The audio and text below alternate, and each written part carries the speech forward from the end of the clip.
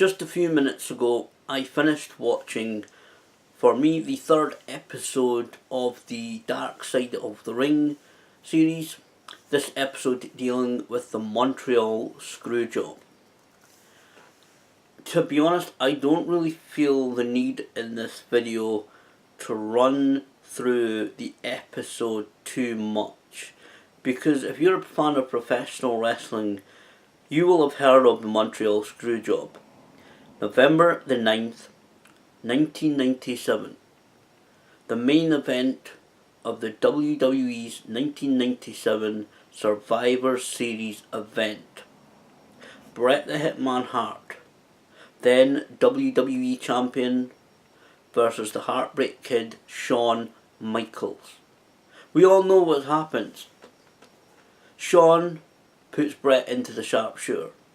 Earl Hebner, under instructions of Vince McMahon, calls for the bell.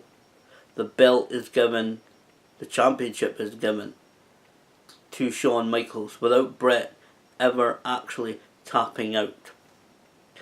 This episode, to be honest, it offers a little bit new information that I didn't know, admittedly.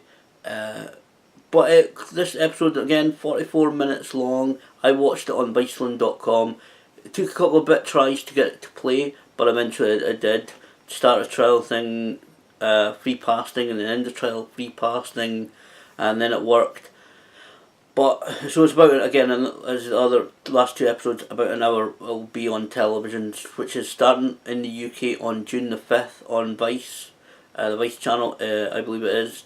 June 5th, because I responded to some guys saying I couldn't get it to play, and they respond, Dark Side of the Ring responded saying it will be starting on June the 5th in the UK.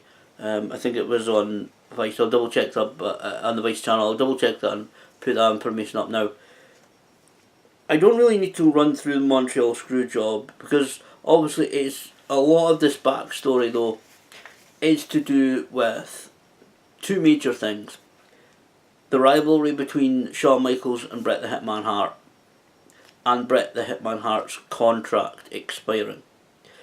Now, let's be honest, we all know that Bret and Shawn are at least were at that point, two completely opposites. They're two complete opposites, unless one of them was female or identified as another, whatever, a different gender identity.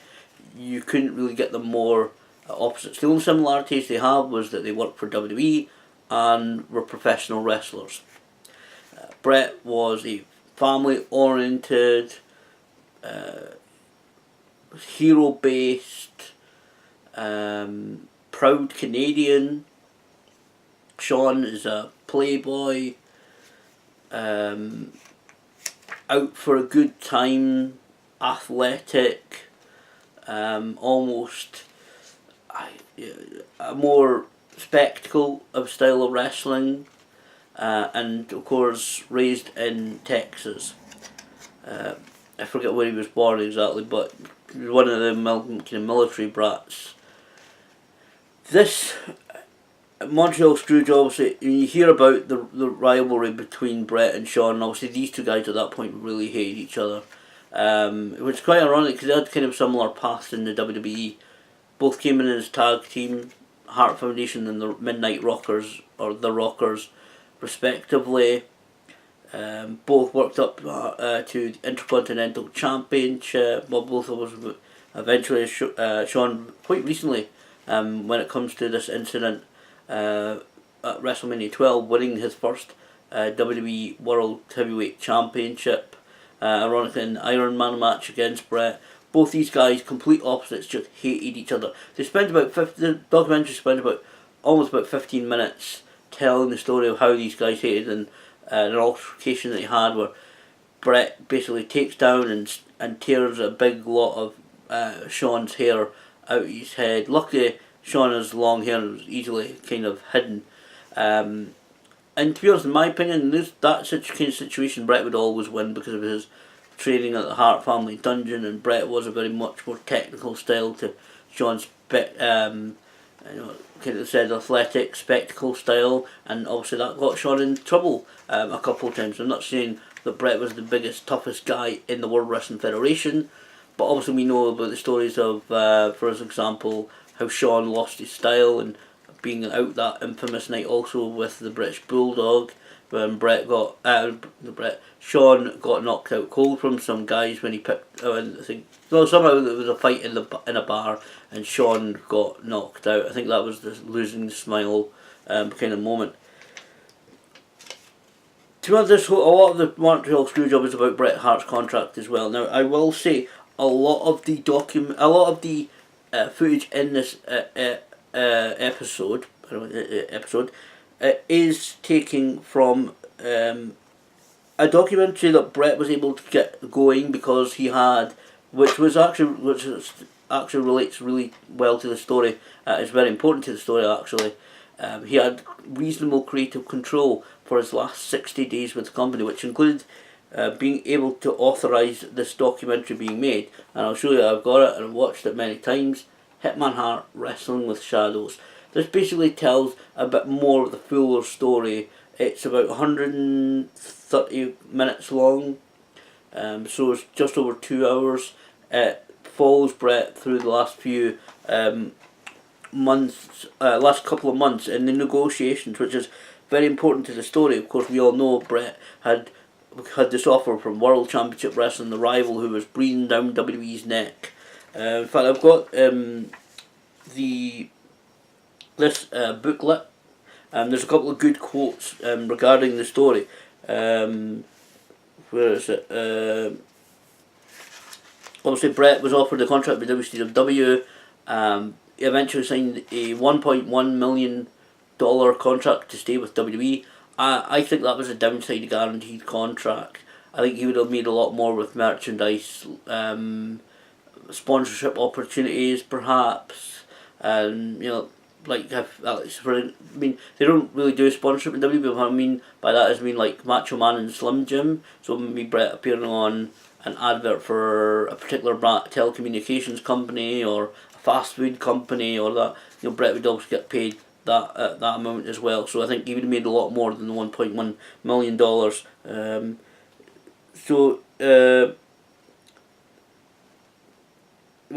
Here's a great quote from Bret from this booklet. I think my relationship with Vince McMahon was always sort of like a father. If I left it, would have been a little bit like leaving my dad. Also, his dad, Stu Hart. You hear the story of how those two guys go up. Bret getting into WWE through his father, Stu Hart's Stampede Wrestling, etc. One of the things is about this domain. Again, it's better. It's quite. I mean, it's almost kind of like Wrestling with Shadows, a little bit light. Where eventually, of course, Vince reneged on the deal because of the financial pressures. Said he couldn't pay Bret the money. So see this one just to show it's Bret with his then wife Julie saying, "Just got off the phone with Vince. He says he can't afford to pay me anymore. He wants me to make a deal with WCW." Which of course Bret did and signed with WCW. I mean, again, we're kind of going through the story a little bit. We all know basically what happens in the Montreal Screwjob. The main event, Survivor Series 97, November 9th, 1997. Shawn puts Bret in the sharpshooter and suddenly Earl Hebner, the referee, calls for the bell under Vince McMahon's instructions and the championship goes to Shawn Michaels. Now, this is another quote from Bret Hitman Hart himself, again from Wrestling with Shadows. I don't have to worry about the referee tomorrow because I talked to Earl. He swore on his kids that he's not going to let anything happen and I can trust Earl. Earl Hebner appears in this documentary episode of Dark Side of the Ring and he tells his story. I think it was Jerry Briscoe kind of put the pressure a little bit on Earl Hebner to actually ring the bell when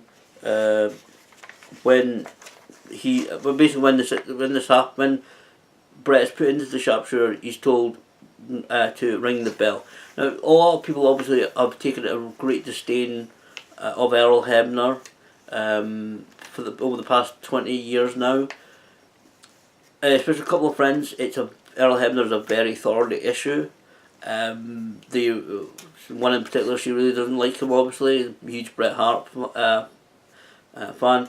Whether people believe Earl Hebner, to be honest, I don't really know enough about the guy to actually believe him or not. I think he was a bit pressured into, but then again, Earl was a senior referee in the WWE.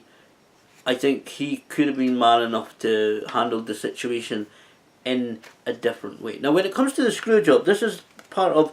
I mean, yeah, okay, this is a little bit of a spoiler when it comes to the episode, but the way that the screw job is actually suggested to Vince McMahon to happen is, to be honest, I don't really think I knew that. I don't.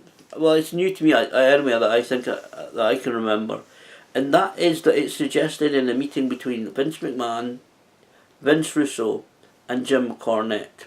Now, there's a bit of an argument, a bit of situation in this episode between Vince Russo and Jim Cornette, where both men say that they didn't really suggest the exact way that this would go, the Montreal Screwjob would go down, but basically planted the seed of that idea in Vince McMahon's head.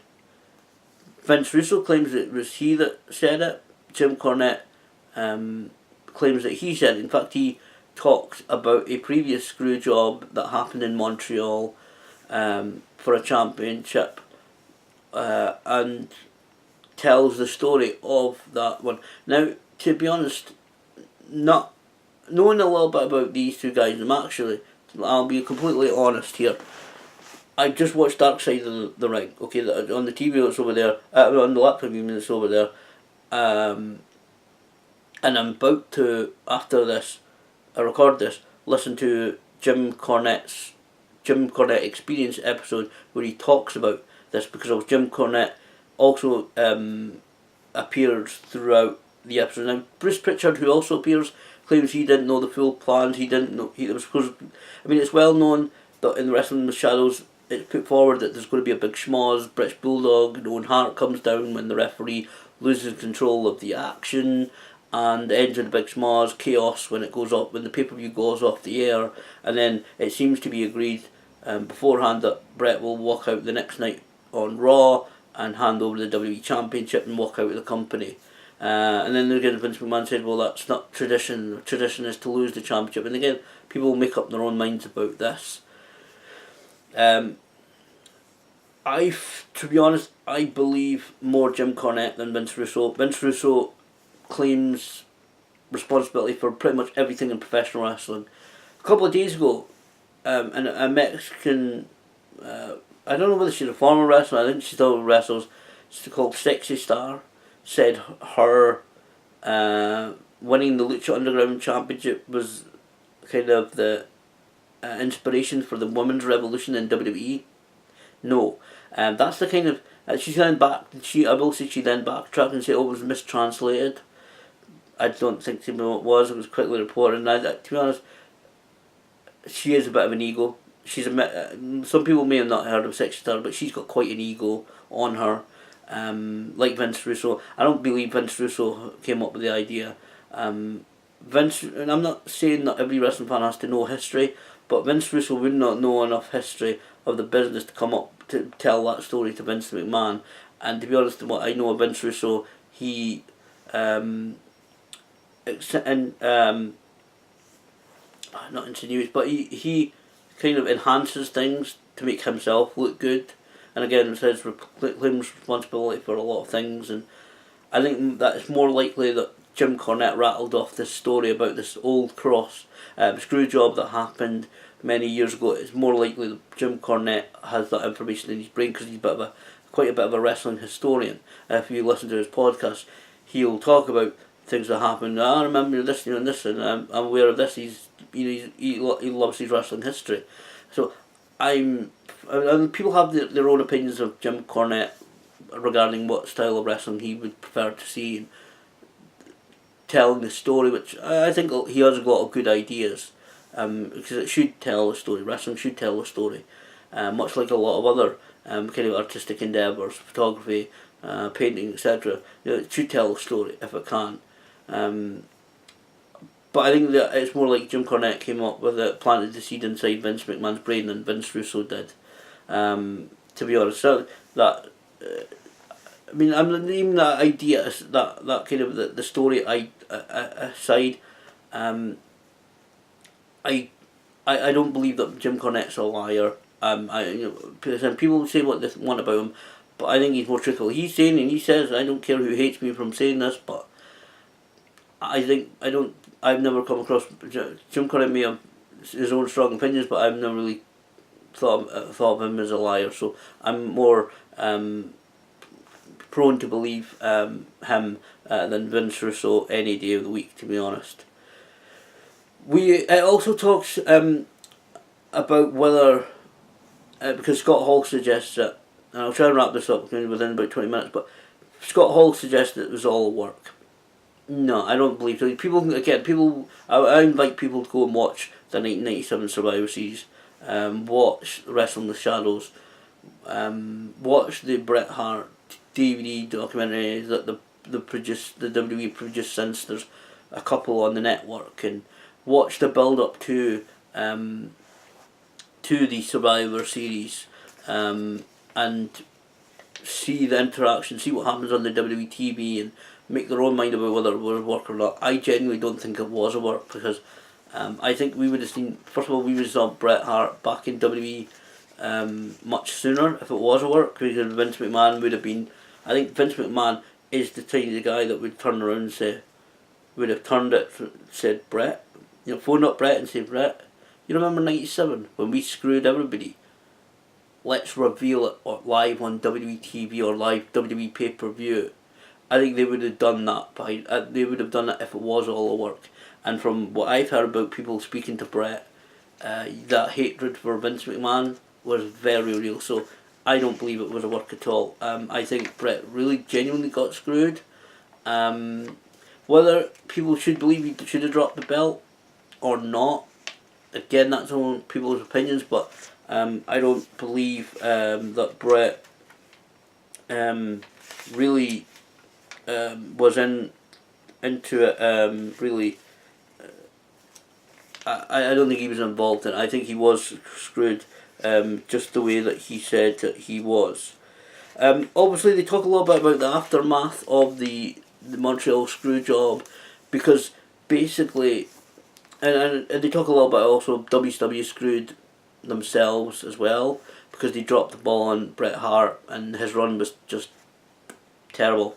Again, watch the WWE Network. Though one of the great moments of WCW was Goldberg spearing Bret Hart with a metal chest plate, and so it knocked Goldberg out supposedly. That was a really great moment, because at that point Goldberg was unstoppable with the spear, so that was good. So you did a couple of good moments. Obviously his career ended, and that's another story for another time. I will say that it really ended up, actually, ironically, with WCW screwing WCW, because it led to the creation of the Mr. McMahon character that Steve Austin eventually took on, that heated up the World Wrestling Federation as it was at that point to a huge degree, turned the ratings around, turned the Monday Night Wars around, and WCW was eventually Thanos out of the business by Vince McMahon himself. So certainly it was a monumental night for the world of professional wrestling. It was a good episode. Really enjoyed it. Not, I said, very little apart from the Cornette experience. Cornette and Russo suggestion again. I would go rather with Cornette on this one.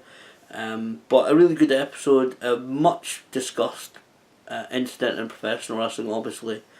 But it's really good to revisit these things occasionally as well, I think. And I will leave it on a quote from Bret the Hitman Hart from Wrestling with Shadows. This comes at the end of it, saying, "It's almost a fitting end to the Hitman character, because he never sold out and he never lost his integrity. Bret Hart came home, he's fine. What they did was they murdered this Hitman character."